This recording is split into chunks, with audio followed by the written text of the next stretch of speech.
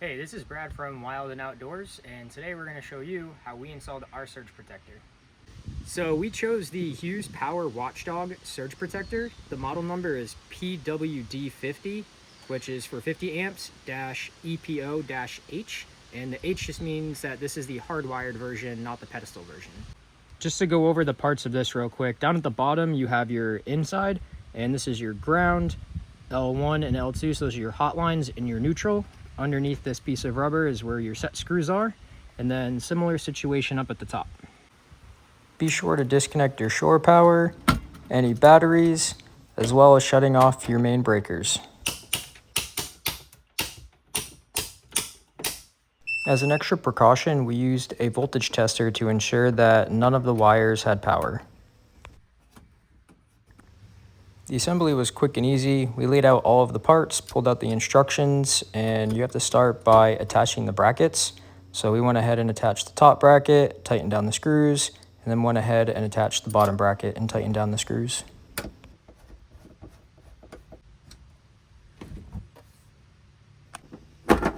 In our case, we didn't have to cut any wires in order to complete this installation. Our camper came with an automatic transfer switch that we knew we would not be using. Therefore, we just went ahead and disconnected the automatic transfer switch, which gave us wires on either end that we could plug into the surge protector. You can see here that we're disconnecting all of the wires that come into the automatic transfer switch. If you know that you're going to need to keep your automatic transfer switch, or you just don't have one, you'll most likely need to cut into the wire and expose all of the smaller wires within it and strip back all of your cables. Once you have them all stripped back, you can then go ahead and attach them into your new surge protector. Just a tip, before you remove all of the wires from your automatic transfer switch, or before you go ahead and cut your wire, you might want to label each end so that you know which one is in, coming from shore power, and which one's out, going into your camper.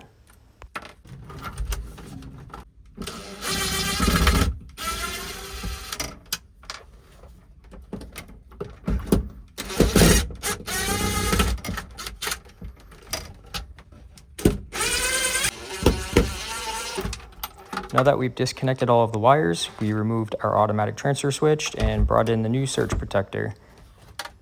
As mentioned earlier, we labeled our wires, so you can see here that this wire is the power AC out going to our control panel. So we're going to go ahead and install that in the upper end of our surge protector where it says out. Then you'll see here that we labeled the other wire AC in, and that will connect into the in port on the bottom of the surge protector. Starting with the outside, we're going to go ahead and remove the rubber cap, exposing our set screws.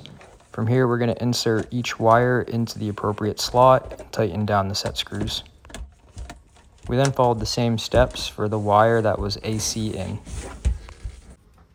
Next, we mounted the surge protector to the floor of the basement within our camper using the provided hardware.